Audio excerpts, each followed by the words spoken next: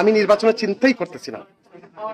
আলহামদুলিল্লাহ অনেক ভালো ভালো যে সুযোগ সুবিধা আসছে, আমি সবকিছু ইগনোর করছি। সবচেয়ে বড় যে কথা হচ্ছে, আপনি আমানতের খেয়ানত বুঝেন তো? আমানত এমন একটা জিনিস, আমার দ্বারা এইরকম একটা আমানত নিয়ে আমানতের খেয়ানত হবে, আর আমি কখনো জেনে শুনে সুস্থ জ্ঞানে আমানতের খেয়ানত হতে দিব না। আমার যতই যোগ্যতা থাকুক অথবা না থাকুক, আমি এরকম চিন্তাও করতে পারি না। মানে পলিটিক্সে আসার চিন্তা আমার মাথার মধ্যে নাই। যদি পলিটিক্সে আসার চিন্তা থাকতো তাহলে কিন্তু এতদিন আমি অনেক অনেক সামনে চলে যেতাম। আমি হয়তো আপনাদের কোনো কিছু বলি নাই, আমি আপনাদেরকে অফ দ্য রেকর্ড একটা কথা বলি।